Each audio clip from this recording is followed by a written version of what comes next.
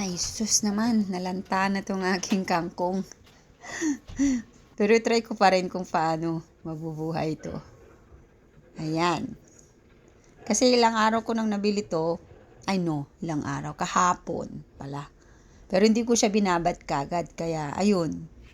Medyo nalanta. Pero, okay pa yan. Try natin. Try ng try kung paano ang pagtatanim ng maayos sa napapanood ko sa sa YouTube, madali lang. So try natin. Okay, tara. Punta tayo sa terasa. Doon tayo magtanim. Naka-ready na yung aking paso doon eh. Paso daw, pero parang timba. Yun yung lagayan ng mga pintor. Napulot ko lang yan. Tapos nilinis ko. Tapos yan. Ginawa ko ng pantanim. Ano ba yung words? Okay na yan.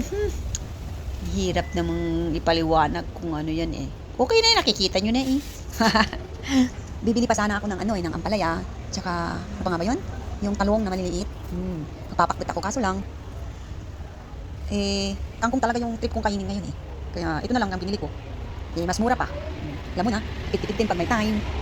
Kasi sa susunod siguro, yun na lang muna bibilihin kong lahok ng pakbet. Doon sa bilihan ng mga chip. Marami. Pilipino. May mga nga doon eh. Indianong ang galing magsalita ng Pilipino. Minsan lagi sinasabi, ate anong bibilhin mo?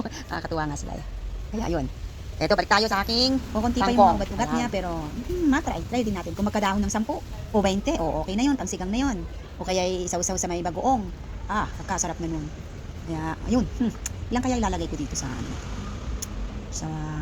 tanimang ito. Pintura. Nilinis ko lang to.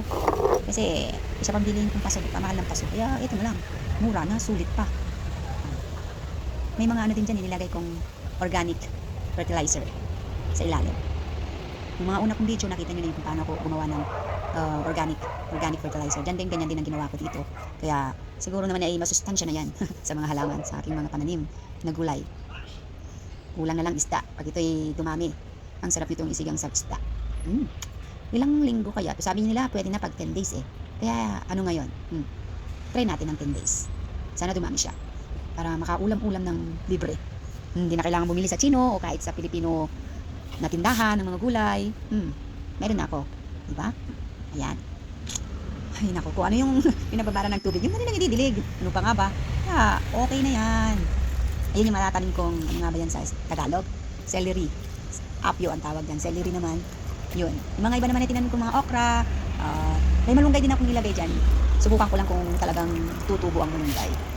Kaya excited na ako. Abang-abang lang din. Kasama kong mag-abang kung dadami, mabubuhay ang aking kangkong. Bye!